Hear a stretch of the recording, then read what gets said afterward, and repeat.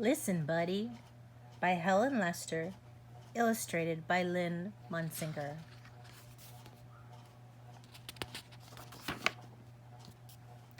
Buddy's father had a beautiful big nose. He was a great sniffer. Buddy's mother had beautiful big teeth. She was a great chomper.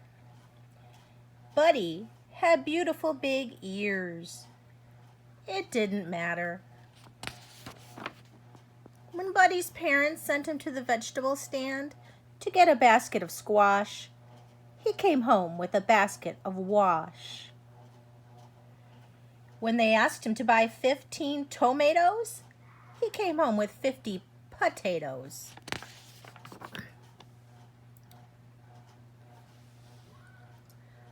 Buddy's father said, "Listen, Buddy, will you please bring me a pen?"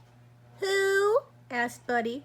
"You," said his father. "Will you please bring me a pen?" "A what?" asked Buddy. "A pen," said his father. "Will you please bring me a pen?" "Sure," said Buddy. Buddy's father said, "Listen, Buddy."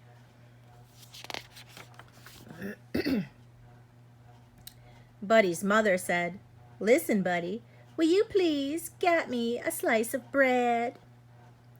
"Who?" asked Buddy. "You," said his mother. "Will you please get me a slice of bread?" What? Buddy asked. "A slice of bread," said his mother. "Will you please bring me a slice of bread?"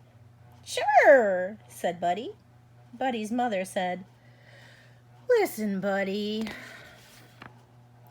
Somehow Buddy's mind was always wandering too far away from those beautiful ears. His parents tried yelling, "Listen, Buddy!" They tried whispering, "Listen, Buddy!" Nothing worked. One day, Buddy got permission to go for a long hop. He had never before been allowed to go beyond the vegetable stand.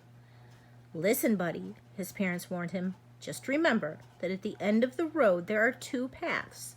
The path to the left will lead you around the pond and back home. But the path to the right will lead you to the cave of the Scruffy Varmint. And Scruffy Varmint has a nasty temper. So be sure to take the path to the left." "Right," asked Buddy. "Left," said his parents. "Right," said Buddy. And with a salute of his paw, he hopped away.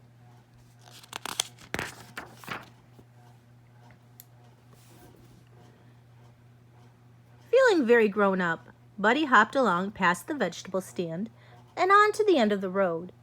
"Now let's see," he pondered. "Was I supposed to go left or right? Or right or left?"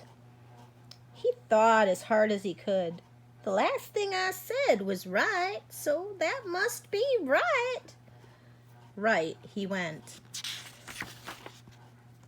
25 hops later, Buddy discovered that right was wrong.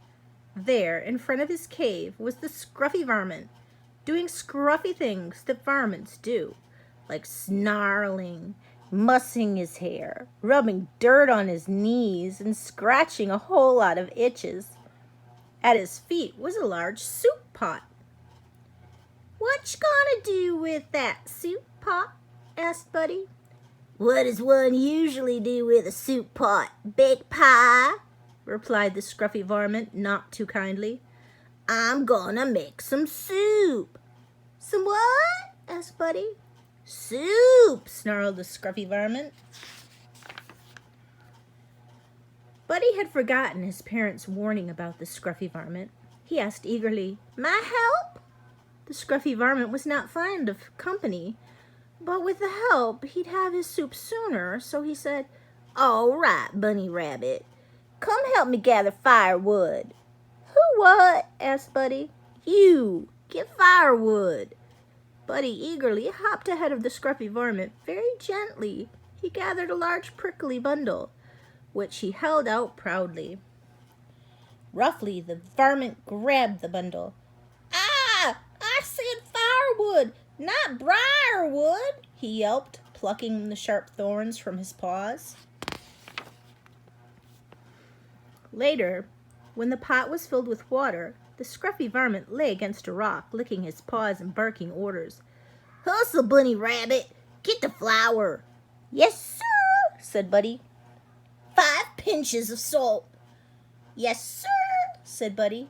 15 tomatoes." "Yes, sir," said Buddy. "And a big load of squash." "Yes, sir," said Buddy. The scruffy varmint rose and gave the soup a stir. He took a taste. It tasted a little like, well, maybe it needed some pepper. "Bunny Rabbit, get the pepper from the left side of the kitchen sink," the varmint growled. "Who get the what from the where side of the what?" asked Buddy.